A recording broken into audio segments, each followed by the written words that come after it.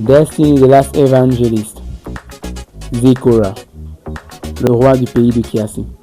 Dans la dernière partie de notre histoire, le prince Amal et Zikora attendaient avec énormément d'attention la moindre occasion de libérer l'épouse du prince Amal et sa fille. Le prince Amal comptait sur son frère, mais surtout sur Dieu.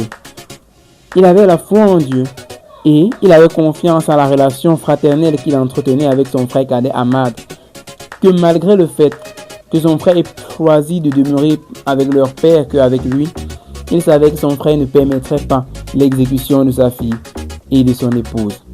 Alors, il guettait la moindre occasion qu'on pouvait lui donner pour les venir en aide. Et puis l'occasion venue. Et puis quand l'occasion fut venue, le prince Amal avait le cœur attristé. Mais il plongea vers la reine. Il plongea vers la zone où sa femme était liée par des chaînes.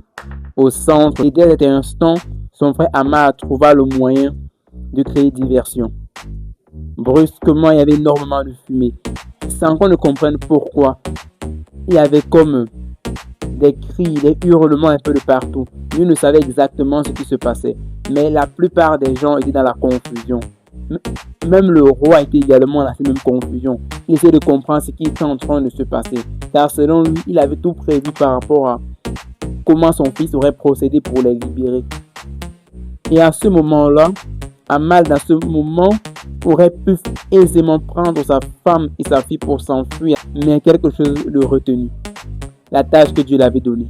Il devait encore rendre témoignage de Christ devant cette multitude de nobles de personnes qui n'auraient jamais entendu l'évangile d'un autre moyen, d'une autre façon. À cet instant-là, Amal libéra sa fille et sa femme.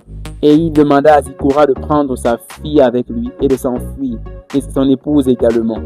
Et à ce moment-là, quand Zikora commença à courir avec la fille de Amal, appelée Kiasi, son épouse était là, elle le regardait et elle dit, elle ne peut s'enfuir sans lui. Elle est partie et le laisser, que cette fois-ci, ils seront ensemble. Elle va demeurer près de lui jusqu'à la fin de l'histoire. À ce moment, il a tenu les mains. À ce moment, il tenir sa main et il sourit.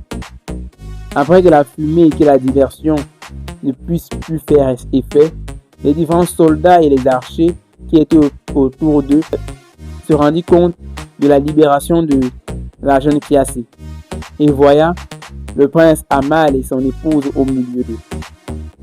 À ce moment, Amal se mit à enseigner et à partager autour de la parole de Dieu. Il commença à hurler et appeler à l'attention de tous les nobles du pays de l'Est. Et il commença à les raconter à quel point Jésus était vrai, à quel point il était authentique. Il prit des exemples dans leur propre culture, dans leur propre légende, dans leur propre histoire, pour attester du fait que Christ également était entendu par leur Père. Et que depuis plusieurs milliers d'années, leurs ancêtres avaient, sans le savoir, cherché Dieu, mais l'avaient cherché de la mauvaise manière. Il enseignait sur l'amour de Dieu, sur la mort et la résurrection du Christ, et sur l'appel. Il enseignait sur la vie éternelle, sur tellement d'autres sujets. Il ne faisait que parler et parler et parler. Il regardait les yeux de ces nobles qui s'ouvraient. Il vit des personnes touchées, des personnes remplies par l'esprit durant ce simple moment. Ce moment tellement intense où sa vie ne tenait qu'à un fil. Il suffisait d'un seul geste du roi pour que ses archers et ses épéistes le transpercent, lui et son épouse.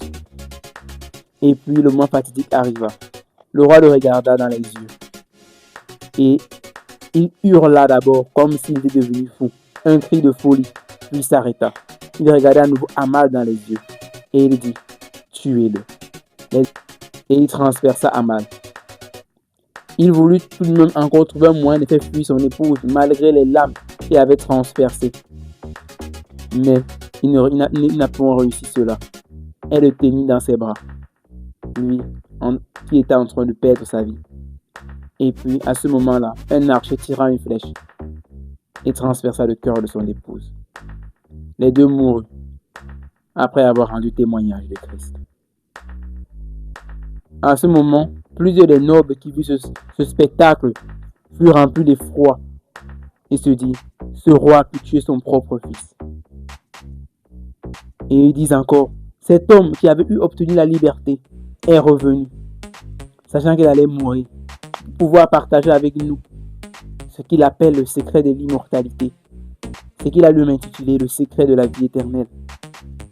Et plusieurs en eux-mêmes furent touchés, posa la question, ce Jésus n'est-il pas vrai?